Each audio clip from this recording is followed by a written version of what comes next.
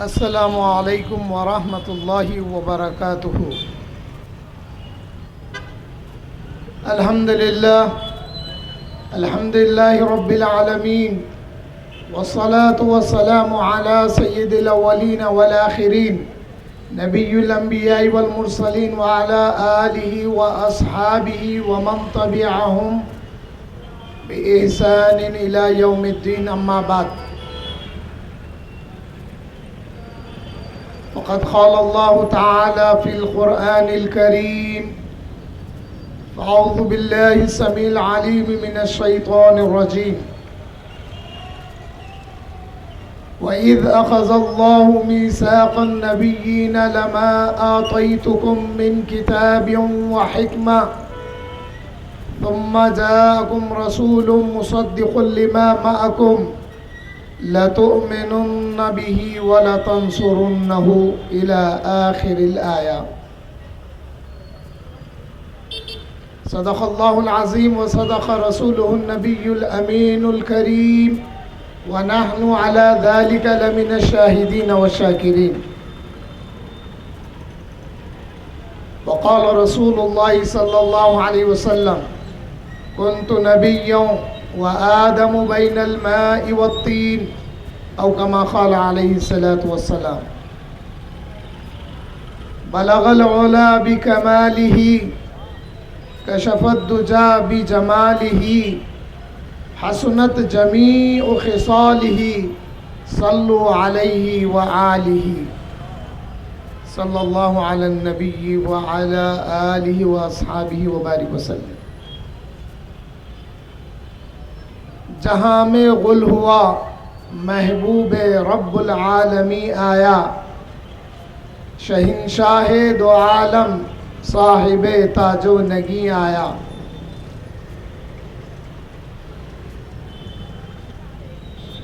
حضرت عبداللہ ابن عباس رضی اللہ تعالیٰ عنہ اور حضرت عباس ابن عبد المطلب رضی اللہ عنہما سے روایات یہ ہیں کہ جب اللہ جل شانہ نے عالم ارواح میں ایک میثاق لیا، ایک وعدہ لیا، وہ میثاق نبیوں سے تھا۔ کیا تھا؟ اللہ جل شانہ جب اپنے نور سے محمد مصطفیٰ صلی اللہ علیہ وسلم کے نور کو بنایا، اس کے بعد میں اللہ تعالیٰ نے حکم دیا: اے نور محمدی صلی اللہ علیہ وسلم،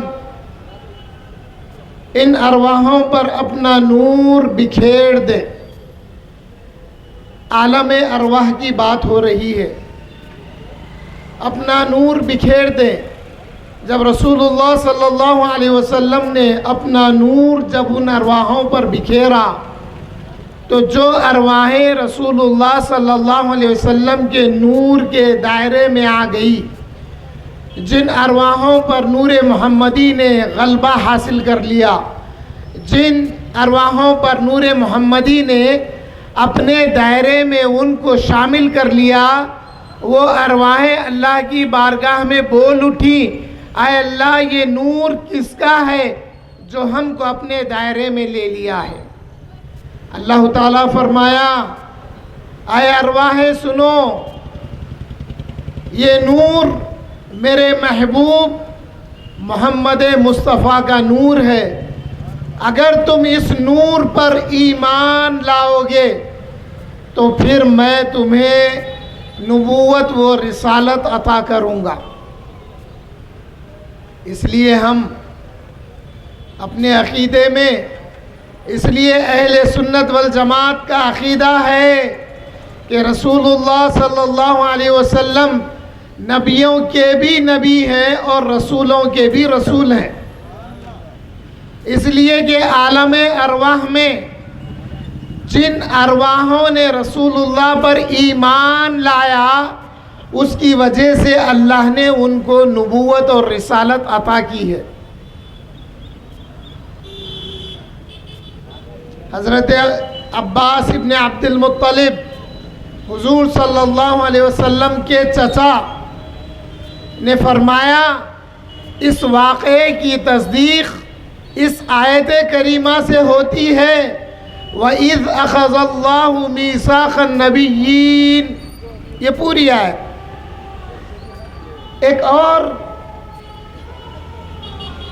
اس میں یہ بات بھی ہے، جب رسول اللہ صلی اللہ علیہ وسلم نے اعلان نبوت فرمایا، مکے میں جن کے قسمت میں ایمان لانا تھا وہ ایمان لا کر رسول اللہ صلی اللہ علیہ وسلم کی غلامی میں آ گئے۔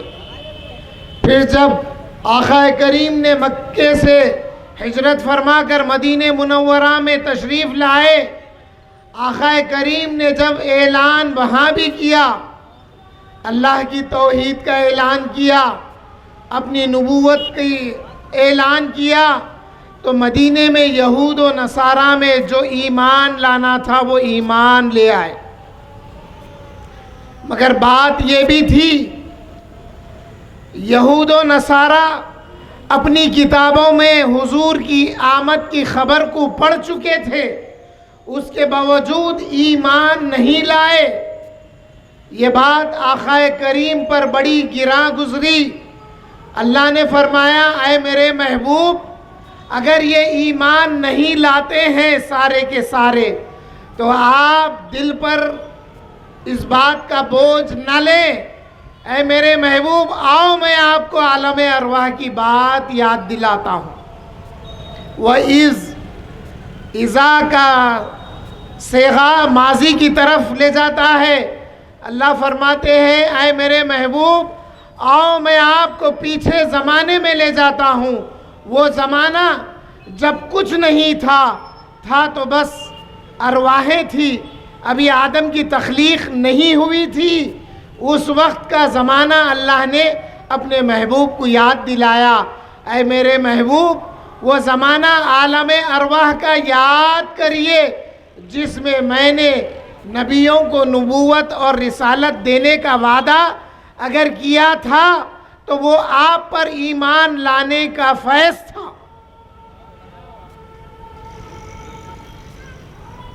اور آقا کریم نے فرمایا میں اس وقت بھی نبی تھا، ابھی آدم پانی اور مٹی کے درمیان میں تھے، یعنی آدم کی تخلیق ابھی نہیں ہوئی تھی۔ حاضرین و سامعین، حضرت آدم علیہ السلام کی جب تخلیق ہوئی، اللہ نے جب آدم میں اپنی روح پھونکی تو روح کی یہ صفت تھی وہ بلندی کی طرف جاتی، وہ بلندی کی طرف جاتی۔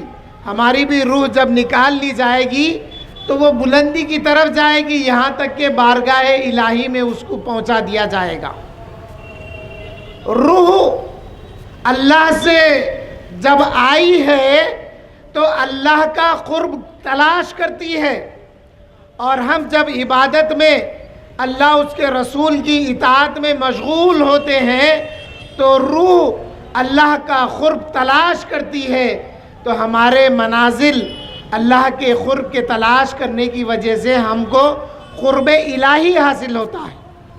جب حضرت آدم میں روح پھونکی گئی تو وہ روح جب اللہ کے قرب کی تلاش میں جب وہ نکلی تو حضرت آدم کا چہرہ بھی آسمان کی طرف بلند ہوا، تو نگاہ آدم نے دیکھا کہ عرش کے قوائم یعنی عرش کے پایوں پر لکھا ہوا تھا لا الہ الا اللہ محمد رسول اللہ۔ جب حضرت آدم نے اللہ کی بارگاہ میں اپنی خطاؤں کی معافی چاہی تو انہوں نے عرض کیا اے اللہ مجھے معاف فرما دے اس نام کی برکت سے، اس نام پر جو نام محمد صلی اللہ علیہ وسلم ہے۔ اللہ نے پوچھا اے آدم ابھی میں نے میرے محبوب کی تخلیق نہیں کی ہے، تمہیں میرے محبوب محمد کی معرفت کہاں سے حاصل ہوئی؟ آدم بول اٹھے اے اللہ جب تو نے میرے اندر روح پھونکی تو میری نگاہیں جب اٹھی تو میں نے عرش کے پایوں پر لکھا ہوا دیکھا لا الہ الا اللہ محمد رسول اللہ، تب میں جان گیا کہ یہ نام نامی محمد صلی اللہ علیہ وسلم جو عرش پر تیرے نام کے ساتھ لکھا ہوا ہے وہ تیرے محبوب بندوں میں سے ہے، وہ تیرا محبوب ہے۔ اللہ فرمایا اے آدم سنو، اگر میں محمد کو پیدا نہ کرتا تو پھر اے آدم میں تم کو بھی پیدا نہ کرتا۔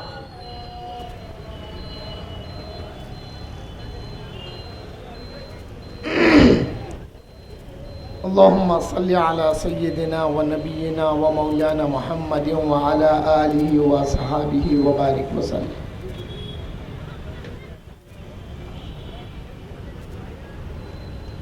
حضرت آدم علیہ السلام کو جو معرفت رسول اللہ صلی اللہ علیہ وسلم کی حاصل ہوئی،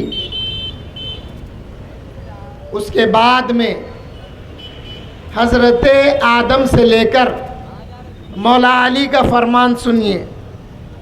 اس کی تفسیر میں، اس آیت کی تفسیر میں وَإِذْ أَخَذَ اللَّهُ مِيثَاقَ النَّبِيِّينَ والی آیت میں، اس آیت کو آیت میثاق کہتے ہیں۔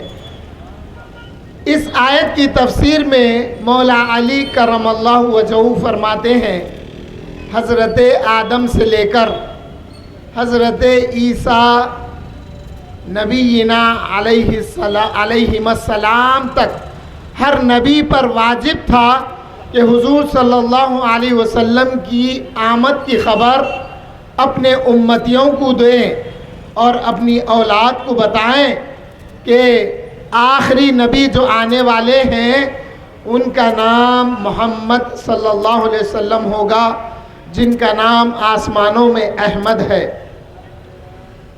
حضرت آدم علیہ السلام کے وصال کے وقت حضرت آدم نے حضرت شیس علیہ السلام کو بلایا اور بتایا کہ دیکھو اے میرے شہزادے، اے میرے صاحبزادے شیس، دیکھو کہ میرے بعد ایک آخری نبی آنے والے ہیں جن کا نام محمد صلی اللہ علیہ وسلم ہوگا، ان کا نام آسمانوں میں احمد ہے۔ اس طرح سے ہر نبی اپنے امتیوں کو بتایا کہ نبی آخر الزمان آئیں گے جن کا نام محمد مصطفیٰ صلی اللہ علیہ وسلم ہوگا۔ ازل میں اللہ نے حضور کے نام نامی کی برکت سے حضرت آدم علیہ السلام کی خطا کو معاف کیا۔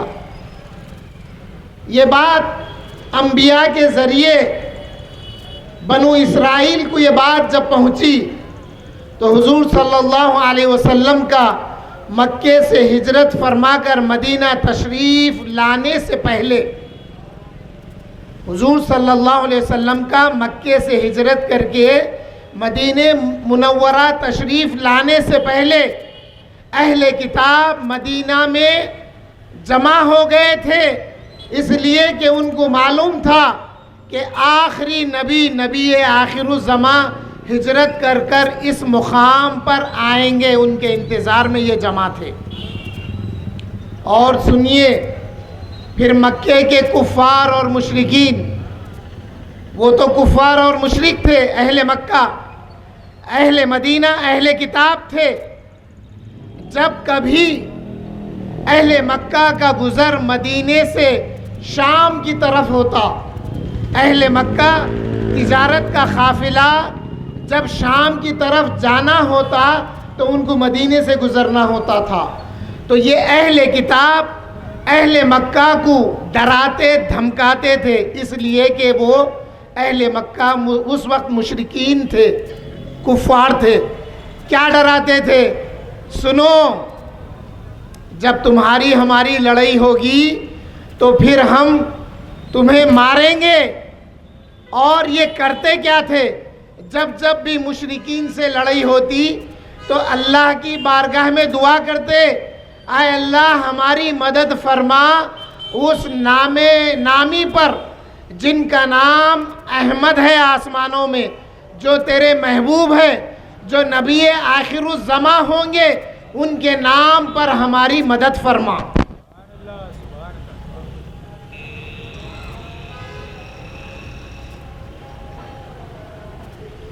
یہ بات قرآن شریف سے ثابت ہے، اہل کتاب حضور کے تشریف آوری سے پہلے حضور کا نام لے کر اللہ کے پاس وسیلہ طلب کرتے تھے۔ اور ہوتا کیا تھا، ان کے پاس ایک صندوق بھی تھا، وہ صندوق میں انبیاء علیہم السلام کے آثار مبارک ان کے پاس جمع تھے۔ ان میں کیا کیا تھا؟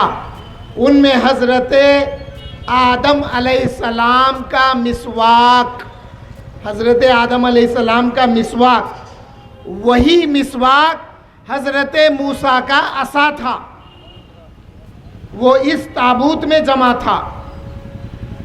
حضرت ہارون علیہ السلام کے نالین مبارک اس میں تھے، اور بہت سارے انبیاء کے آثار مبارک اس میں تھے، اس صندوق میں۔ جب کبھی مقابلے کا وقت آتا، جنگ کا وقت آتا، تو یہ اہل کتاب وہ صندوق کو اپنے سامنے رکھ دیتے، جس کا ذکر سکینہ کے نام سے آیا ہے سورہ آل عمران میں، جس کو سکینہ کہا گیا ہے۔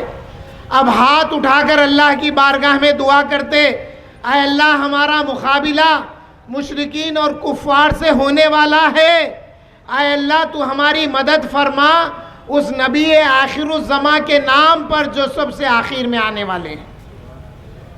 اللہ کی مدد جب آتی تو یہ صندوق کو جنبش ہوتی، یہ صندوق ہلنے لگتا۔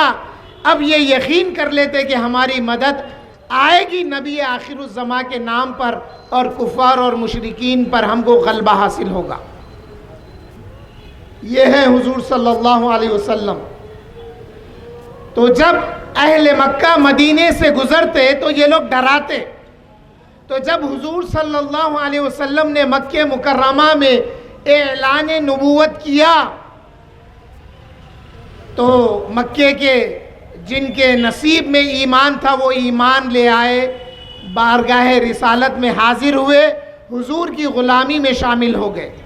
اب ایمان لانے کے بعد میں حضرت معاذ ابن جبل اور بشر ابن برا رضی اللہ عنہ جب مدینے سے گزرے تو وہ اہل کتاب سے کہنے لگے، اے اہل کتاب سنو، جس نبی کا تم انتظار کرتے تھے اور جس نبی کا نام لے کر ہم کو ڈراتے تھے، وہ نبی آخر الزماں محمد ابن عبداللہ محمد صلی اللہ علیہ وسلم مکے کی دھرتی سے اعلان نبوت کر دیے ہیں، آؤ اب ایمان لاؤ ان کے نام پر۔ یہ تھے حضرت معاذ ابن جبل اور بشر ابن برا رضی اللہ تعالیٰ عنہ۔ تو معلوم ہوا حضور اکرم صلی اللہ علیہ وسلم کے دنیا میں تشریف لانے سے پہلے حضور کے نام پر اللہ مدد دیتا تھا، اللہ کی مدد آتی تھی۔ اور مانگنے والے کون تھے؟ اہل کتاب تھے۔ یعرفونہ کما یعرفون ابناءہم۔ اللہ نے فرمایا، اے میرے پیارے، یہ آپ کو دیکھنے کے بعد بھی اگر ایمان نہیں لاتے ہیں تو اے پیارے یہ کیسے فاسق ہیں، ان کو آپ کی معرفت ایسی ہے جیسی اپنے اولاد کی معرفت رکھتے ہیں، اس سے زیادہ پہچان اے میرے محبوب یہ آپ کی رکھتے ہیں۔ اس کے باوجود بہت سارے یہود و نصارہ ایمان نہیں لائے۔ آئیے پھر آقا کریم صلی اللہ علیہ وسلم کے پاس آقا کا بچپن ہے۔ جب کبھی مکہ مکرمہ میں آقا کا بچپن ہے، جب کبھی مکہ مکرمہ میں قحط سالی ہوتی تو آپ کے دادا جان حضرت عبد المطلب حضور صلی اللہ علیہ وسلم کی کم سنی ہے، 2.5-3 سال کی عمر مبارک ہے۔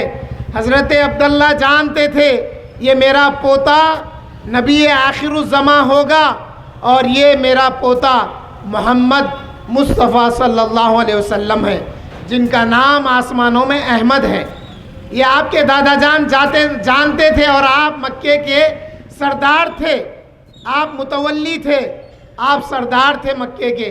جب کبھی اہل مکہ آ کے عرض کرتے اے ہمارے سردار بارش نہیں ہو رہی، آپ اللہ کی بارگاہ میں دعا کریے، تو حضرت عبد المطلب حضور کو اٹھاتے، اپنے پوتے اپنے شہزادے آپ کے میرے آقا کو اٹھاتے اور خانہ کعبہ کی دیوار سے لگا کر جب اپنی نگاہیں اٹھا کر اللہ کی بارگاہ میں دعا کرتے تو اللہ بارش برساتا تھا. پھر وہ ایک موقع اور آیا، مدینہ منورہ میں حضور صلی اللہ علیہ وسلم جمعہ کا خطاب فرما رہے ہیں اپنے صحابہ سے. صحابہ عرض گزار ہوئے یا رسول اللہ مدینے میں بارش نہیں ہو رہی، جس کی وجہ سے یہ اندیشہ ہے کہ چھوٹے بچے پیاس کی وجہ سے ہلاک ہو جائیں اور ہمارے جانور بھی ہلاک ہو جائیں، یا رسول اللہ دعا فرمائیے. صحابہ کا یہ کہنا ہے جن میں حضرت انس رضی اللہ تعالیٰ عنہ کی روایت ہے. حضرت انس فرماتے ہیں حضور صلی اللہ علیہ وسلم دوران خطبہ آپ ہاتھ اٹھائے آسمان کی طرف نگاہ کر کے دعا فرما کے آپ ہاتھ اپنے چہرے پر پھیرنا ہی تھا. ہم دیکھے آسمان پر بادل جمع ہو گئے اور آقا کریم کے چہرے پر اپنے دست مبارک پھیرنے تک بارش شروع ہو گئی. اور پھر ہم جب گھر لوٹے تو ہم بھیگے ہوئے تھے اور پھر یہ بارش ایک ہفتے تک ہوتی رہی. پھر جمعہ آ گیا، پھر ہم جمعہ میں حاضر ہو گئے. پھر صحابہ عرض کرنے لگے یا رسول اللہ اب بارش کی کثرت کی وجہ سے اندیشہ یہ ہے کہ ہمارے بچے ہلاک ہو جائیں اور جانور ہلاک ہو جائیں، یا رسول اللہ دعا کیجئے کہ اب بارش ہم پہ نہ برسے. آقا کریم حضرت انس فرماتے ہیں آقا کریم اپنے منبر پر جلوہ افروز سے آپ خطاب فرما رہے تھے. آقا اپنے دست مبارک کی کلمہ شہادت کو اٹھایا. یہ جہاں آقا کی کلمہ شہادت تھی وہیں پر یہ آقا کی دست قدرت کی ایک انگلی بھی تھی. آقا کریم ہاتھ اٹھائے، کلمہ شہادت کو اٹھا کر اللہ کی طرف توجہ فرما کے فرمانے لگے یا اللہ ما علینا حولینا وما علینا، اے اللہ یہ بارش کو ہم پر نہ برسا، ہمارے اطراف برسا. آقا جیسا جیسا اپنی انگلی گھماتے بارش مدینے سے دور ہوتی گئی، یہاں تک کہ بارش مدینے کے اطراف برسنے لگی. مدینے میں اب بارش رک گئی تھی. یہ ہے آقا کریم. حاضرین محترم، جامع ترمذی میں ایک حدیث شریف ملتی ہے. ہر حدیث کا ایک عنوان ہے. بعض حدیث عنوان سے مشہور ہیں. اس حدیث کا عنوان ہے حدیث ضریر البصر، یعنی وہ حدیث جو کمزور آنکھوں والے شخص کا واقعہ ہے.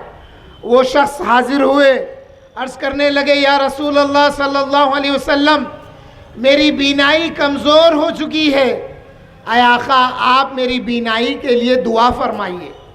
آقا کریم فرمانے لگے اے میرے صحابی سنو، اگر تم اس حالت پر صبر کرو گے تو اللہ اس کا اجر عطا فرمائے گا، اور اگر تم چاہتے ہیں تو میں تمہارے لیے دعا کر دیتا ہوں. وہ صحابی عرض گزار ہوئے یا رسول اللہ آپ میرے لیے دعا فرما دیجیے. اب یہاں پر سمجھ میں کیا آیا؟ آپ کی جواب دیجیے، کیا سمجھ میں آیا؟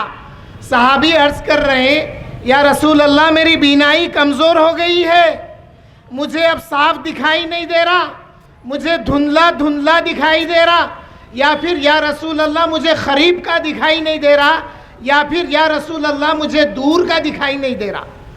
آقا بشارت دے رہے ہیں اے میرے صحابی اگر صبر کرو گے تو اللہ اجر عظیم عطا کرے گا.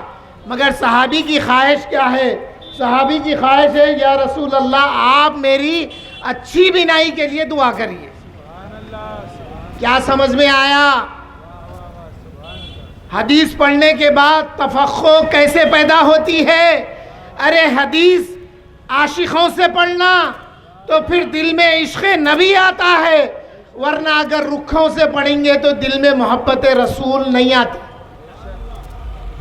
آپ میری بات کا انکار نہیں کر سکتے، مگر یہ کتابوں میں پڑھے تو ملتی بھی نہیں آپ کو۔ کہاں سے آتی؟ ارے وہ نظروں سے آتی جو نظر مصطفیٰ کو دیکھتی ہے۔ یہاں پہ میرے یہ بات سمجھ میں آئی، یا رسول اللہ اگر میں صبر کروں گا تو اللہ اجر عطا کریں گا، وہ اجر کیا ہوگا؟ جنت ہوگی، جنت الفردوس ہوگی۔ مگر یا رسول اللہ میری جنت تو آپ کے پاس ہے، یا رسول اللہ اگر میری نگاہیں کمزور ہیں تو یا رسول اللہ میں آپ کا دیدار پورے طور پر نہیں کر سک رہا ہوں، اس لیے یا رسول اللہ آپ دعا کیجئے کہ میری بینائی اچھی ہو جائے تاکہ جب میں آپ کے پاس حاضر ہوں تو آپ کا دیدار کر کے مشرف دیدار ہوتا رہوں۔ آقا کریم نے اب ان کو دعا سکھائی۔ اے وسیلے کے انکار کرنے والوں سنو میں کیا بتا رہا ہوں۔ وسیلہ عالم ارواح میں بھی لیا گیا، وسیلہ حضرت آدم کے بعد بھی لیا گیا۔ حضور کی آمد سے پہلے یہودی اہل کتاب، نصارہ اہل کتاب حضور کا وسیلہ لیا کرتے تھے۔ وَلَمَّا جَاءَهُمْ كِتَابٌ مُصَدِّقٌ لِمَا مَعَهُمْ وَكَانُوا مِنْ قَبْلُ يَسْتَفْتِحُونَ عَلَى الَّذِينَ كَفَرُوا۔ اس آیت میں اللہ فرما رہے ہیں میرے محبوب یہ اہل کتاب اگر ایمان نہیں لائے تو کیا ہوتا؟ یستفتحون علی الذین کفروا۔ اے میرے محبوب جب یہ کافروں سے مقابلہ کرتے تو تیرا ہی تو نام لیتے تھے، تیرے نام پہ میں ان کی مدد کیا کرتا تھا۔ یہ آیت سورہ بقرہ کی ہے، وَيَسْتَفْتِحُونَ عَلَى الَّذِينَ كَفَرُوا۔ اور پھر آئیے آقا نے وہ صحابی کو کیا سکھایا؟ آقا کریم نے سکھایا کہ تم اچھی طرح سے وضو کرو، 2 رکعت نماز نفل ادا کرو، اس کے بعد میں اللہ کی بارگاہ میں یوں دست دراز کرو دعا کا۔ اور آقا نے کیا دعا سکھائی؟ آقا کریم نے سکھایا کہ اے میرے صحابی یہ کہو اللہم انی اسألک بنبیک نبی الرحمہ یا محمد انی اتوسل بک الی ربی۔ حضور نے سکھایا اے میرے صحابی اللہ کی بارگاہ میں ہاتھ اٹھا کر جب دعا کرو تو یہ دعا کرو، اے اللہ میں سوال کرتا ہوں آپ سے بھی نبی کا، آپ کے نبی جو ہیں محمد مصطفیٰ صلی اللہ علیہ وسلم، وَأَتَوَجَّهُ إِلَيْكَ، اور میں تیری طرف متوجہ ہوں اس نبی کے نام سے جو نبی رحمت ہے، فَشَفِّعْنِي فِيهَا، اے اللہ آپ میری دعا کو شرف قبولیت عطا فرمائیے۔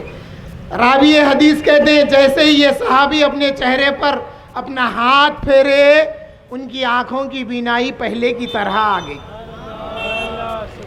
یہ ہے حضور صلی اللہ علیہ وسلم کا نام نامی۔ حضور نے وسیلہ لینے کا طریقہ صحابہ کو سکھایا۔ ارے منکروں سنو، اس لیے اعلیٰ حضرت نے فرمایا آج لے ان کی پناہ، آج مدد مانگ ان سے، کل کو نہ مانیں گے اگر قیامت میں مان گیا۔ اگر قیامت میں وسیلہ لے گا آقا کا تو وہاں پہ فائدہ نہیں ہے۔ آج لے ان کی پناہ، آج مدد مانگ ان سے۔ آخری مرحلے میں ہوں اپنی تقریر کے، پھر روز محشر قیامت کا عالم ہوگا، جب سور پھونکا جائے گا، جب سارے اٹھیں گے، جب سارے اٹھیں گے تو ہوگا کیا؟ ہر کوئی اپنے گناہوں کی وجہ سے پسینے میں ڈوبا ہوگا، کسی کا پسینہ ناف تک، کسی کا پسینہ سینے تک، کسی کا پسینہ ہونٹوں تک، کسی کے گناہوں کا اپنا پسینہ کان کی لو تک ہوگا۔ ایسے موقع پر لوگ اتفاق رائے کریں گے کہ دیکھو ہم کس قدر مشکل اور مصیبت میں ہیں، سورج ہمارے سروں پر ہے، گرمی کا یہ عالم ہے کہ ہم اپنے پسینے میں ڈوبے ہوئے ہیں۔ ایسے موقف میں، ایسے سچویشن میں ہمیں اللہ کے پاس کسی کا وسیلہ تلاش کرنا چاہیے۔ پورے اتفاق کر کے اس بات پر متفق ہوں گے کہ چلو ہم حضرت سیدنا آدم علیہ السلام کے پاس جائیں گے، اس لیے کہ اللہ نے انہیں اپنا خلیفہ بنایا ہے، اللہ نے انہیں اپنے دست قدرت سے بنایا ہے، اللہ نے ان میں اپنی روح پھونکی ہے۔ یہ کہہ کہ حضرت آدم کے پاس آئیں گے اور عرض کریں گے، اے سیدنا آدم نبینا علیہ السلام، اللہ نے آپ کو اپنا خلیفہ بنایا، اپنے دست مبارک سے آپ کو بنایا، آپ نے اپنی روح پھونکی ہے۔ اے آدم، کیا آپ نہیں دیکھ رہے ہم کس قدر مصیبت اور پریشانی میں ہیں؟ آپ ہماری سفارش اللہ کے پاس کریے۔ تو پھر حضرت آدم فرمائیں گے، اے لوگوں سنو، مجھے اللہ کی بارگاہ میں مجھے اپنی ایک خطا یاد آتی ہے جس سے میں شرمندہ ہوں۔ اللہ آج اس قدر غضب میں ہے، آج سے پہلے کبھی اتنا غضب میں نہیں تھا اور آج کے بعد اتنا کبھی غضب میں نہیں ہوگا۔ اذهبوا الی غیری، تم ایسا کرو میرے علاوہ تم کسی اور کے پاس جاؤ۔ مختصر، اب یہ نوح علیہ السلام کے پاس آئیں گے، نوح علیہ السلام کی امت، حضرت آدم کی امت، یہ مل کر حضرت ابراہیم کے پاس آئیں گے۔ حضرت ابراہیم علیہ السلام بھی یہی کہیں گے، اذهبوا الی غیری۔ اذهبوا الی غیری کا لفظی ترجمے کے ساتھ میں ایک محبت کا ترجمہ بتاتا ہوں۔ اذهبوا الی غیری، جاؤ تم میرے علاوہ کسی کے پاس۔ اس کا ترجمہ محبت کا یہ ہے، اے لوگوں، یہ کام سفارش کا مجھ سے ہونے والا نہیں ہے، تم جاؤ ایسے کے پاس جو اس کا قابل ہے۔ وہ قابل ہے روز قیامت، آقا کریم صلی اللہ علیہ وسلم۔ آئیے میں بتاتا ہوں آگے، یہ تمام انبیاء سے گزرتے ہوئے جب جائیں گے تو ہر نبی کی امت جمع ہو جائے گی۔ ہوتے ہوتے حضرت عیسیٰ کے پاس جب آئیں گے تو کم و بیش 1,24,000 انبیاء و رسولوں کی امت ساری آقا کریم کے پاس آ جائے گی۔ پھر ہم بھی وہاں موجود رہیں گے، سب مل کے آقا کریم سے جب عرض کریں گے تو آقا کریم اس محشر کے میدان میں اللہ کے سامنے سجدہ ریز ہوں گے، تو پھر اللہ کی ایسی حمد بیان کریں گے۔ آقا کریم فرماتے ہیں اس موقع پر اللہ مجھے ایسی حمد کا القاء فرمائے گا، ویسی حمد مجھ سے پہلے کسی نے بیان نہیں کی ہے۔ آقا کریم جب یہ حمد بیان کریں گے تو اللہ جل شانہ فرمائیں گے، ارفع رأسک یا محمد، اے میرے محبوب اپنا سر اب سجدے سے اٹھاؤ، مانگو کیا مانگتے ہو میں تم کو عطا کروں گا۔ وَلَسَوْفَ يُعْطِيكَ رَبُّكَ فَتَرْضَىٰ، اے میرے محبوب آپ مانگتے جائیے میں دیتا جاؤں گا۔ اب یہاں پر جو دین ہے، اللہ کی دین حضور کو جب دی جائے گی تو دنیا تو یہ چاہتی ہے کہ اے اللہ آپ ہمیں دیجئے تاکہ ہم آپ سے راضی ہو جائیں، مگر اس موقف پہ اللہ فرما رہا، اے میرے محبوب میں آپ کو اتنا دوں گا یہاں تک کہ آپ راضی ہو جائیں۔ اس لیے اعلیٰ حضرت نے فرمایا دو عالم چاہتا ہے رضا اس کی، یعنی اللہ کی رضا دو عالم چاہتے ہیں، مگر روز قیامت اللہ حضور کی رضا چاہے گا جو عطا کرتا جائے گا۔ آخری عقیدے کی بات سنیے، جہاں مرکزی مجلس اہل سنت والجماعت عقائد کی ترویج کرتی ہے، آج 40 سال سے شہر حیدرآباد اور اطراف و اکناف میں عقیدہ اہل سنت کا پرچار کرتی ہے، تو آج دبیر پورے کے اسٹیج سے سنیے عقیدہ اہل سنت کا کیا ہے۔ جو عقیدہ مولا علی کرم اللہ وجہہ کا ہے وہی عقیدہ اہل سنت والجماعت کا ہے۔ اس موقع پر جب حضور اپنا سر مبارک اٹھائیں گے تو اللہ تعالی حضور کو لوائے حمد عطا کرے گا۔ لوائے حمد، ارے وہ حمد کا جھنڈا جو حمد حضور نے بیان کی اللہ کے سامنے، وہ لوائے حمد حضور کو جب ملے گا، اس کے بعد حضور کبھی اپنے امتیوں کے لیے حوض کوثر کی طرف دوڑ رہے ہیں، کبھی میزان کی طرف، کبھی پل صراط کی طرف۔ تو جب امت اکٹھا رہے گی تو وہ جھنڈا آپ کے میرے مولا خیر البریہ مولا علی کرم اللہ وجہہ کے ہاتھ میں ہوگا۔ وہ لوائے حمد جب مولا کے ہاتھ میں ہوگا تو آؤ پھر میں بتاتا ہوں اس جھنڈے پہ لکھا ہوا کیا ہوگا۔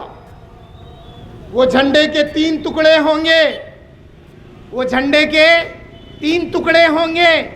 پہلے پر لکھا ہوگا لا الہ الا اللہ محمد الرسول اللہ، دوسرے پر لکھا ہوگا سورہ فاتحہ، اور تیسرے پہ لکھا ہوگا ابو بکر الصدیق،